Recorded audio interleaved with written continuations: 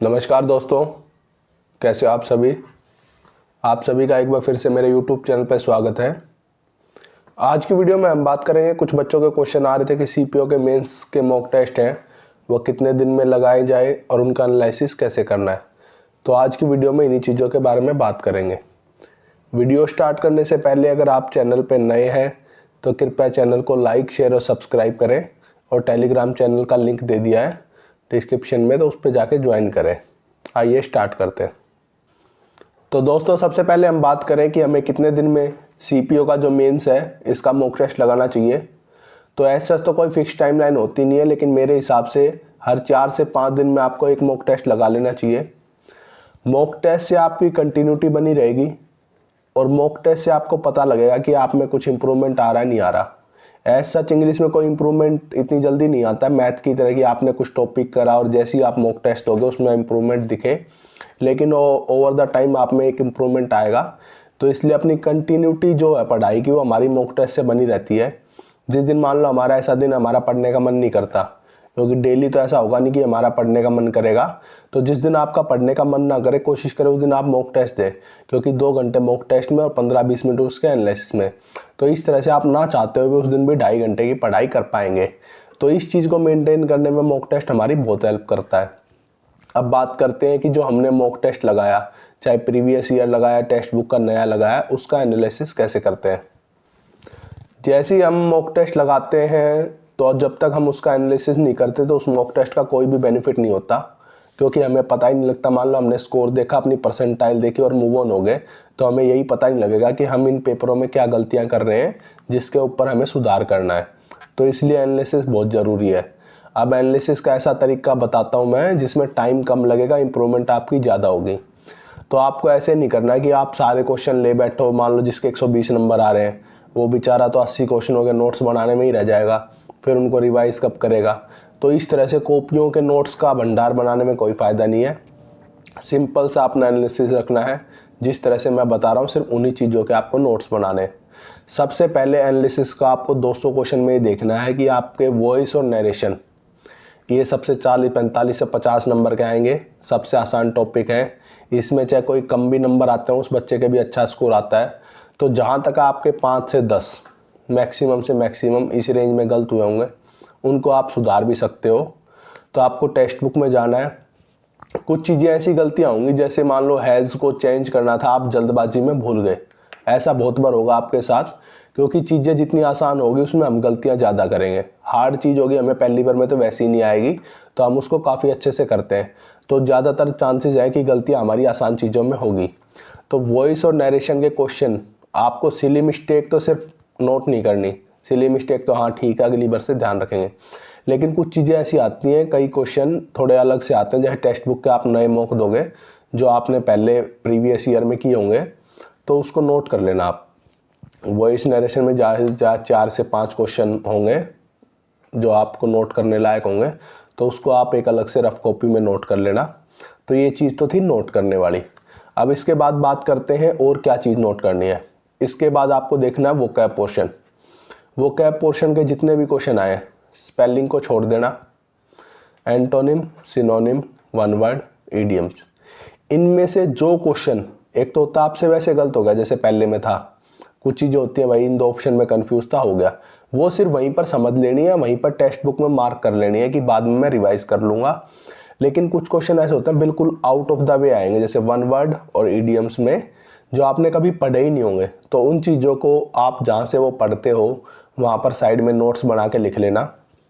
तो इस तरह से आपको वोकैब पोर्शन का एनालिसिस करना है।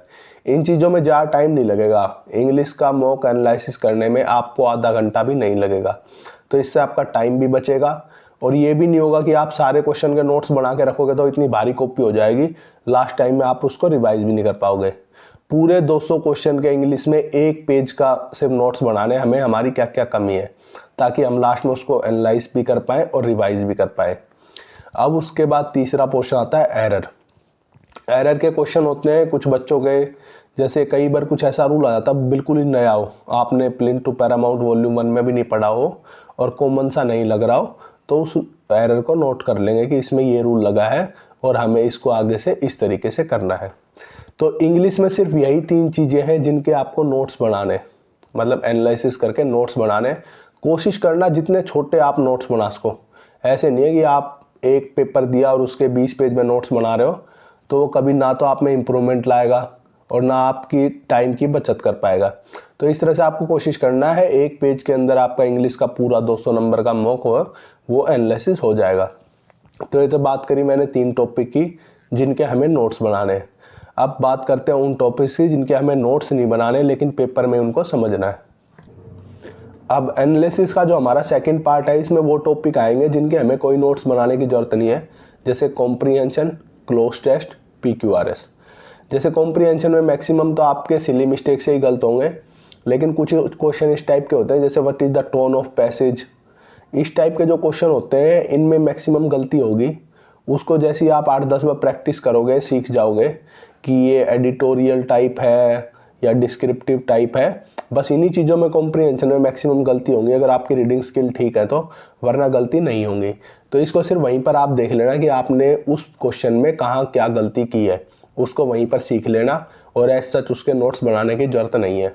उसी तरह से क्लोज टेस्ट में देखना आपने किस चीज़ में गलती करी, टेंस पढ़ने में गलती हुई या वो कैब के पोर्शन से आपको गलती हुई कि आपको मीनिंग ही नहीं पता था कि यहाँ पर इन 4 वर्डों में से कौन सा आएगा। इस तरह से आपको देखने हैं। उसके बाद बात करते हैं PQRS का आपके जो क्वेश्चन गलत हुए हैं उनको आपको एनालाइज करना है कि आपने क्या मेथड सोल्व किया। जैसे मैंने आपको बता रखा है कि एलिमिनेशन से आपको सोल्व करना है। आप ये देखना उन्होंने किस वे में आपका एलिमिनेशन गलत हुआ, उन्होंने किस वे में वो सीक्वेंस अरेंज कर रखी है। तो कुल मिला के आपको उसी टाइम अपने दिमाग पे जोर देना है, हाँ भाई मैंने ये गलती कर दी, इसको ऐसे करना था। क्योंकि जो गलतियों को हम उसी टाइम एनालाइज कर रहे हैं तो दिमाग में तो एनालाइज हो ही रही है। इसका कोई बेनिफिट नहीं होगा कि अगर आप उनके नोट्स बना के रखोगे तो आप कभी भी रिवाइज नहीं कर पाओगे एग्जाम तक। तो ये 3 टॉपिक ऐसे हैं कि आपको वहीं पर सीखना है, हाँ भाई ये गलती हुई थी, नेक्स्ट टाइम नहीं करूँगा, ऐसे हुआ था नहीं करूँगा, वो हमारे दिमाग में फीड हो जाएगी। उसकी चिंता मत करना, क्योंकि जो चीज़ें हम गलती करते हैं और एग्ज़ाम होते ही उसके बाद देखते हैं उस चीज़ को, तो आगे कभी वो हमारे सामने आएगी तो हम उस चीज़ में इम्प्रूवमेंट कर पाते हैं। तो इस तरह से तो आपको इन चीज़ों का मॉक एनालिसिस करना है। अब कुछ बच्चे इस चीज़ में भी कंफ्यूज थे कि प्रीवियस ईयर मॉक लगाएं या टेक्स्ट बुक के नए। तो मेरे हिसाब से सबसे पहले आपको प्रीवियस ईयर CPO के मॉक टेस्ट हैं जो टेक्स्ट बुक पे अवेलेबल, सबसे पहले वो करो। फिर उसके बाद टेक्स्ट बुक के जो नए मॉक आ रहे हैं ये लगाओ।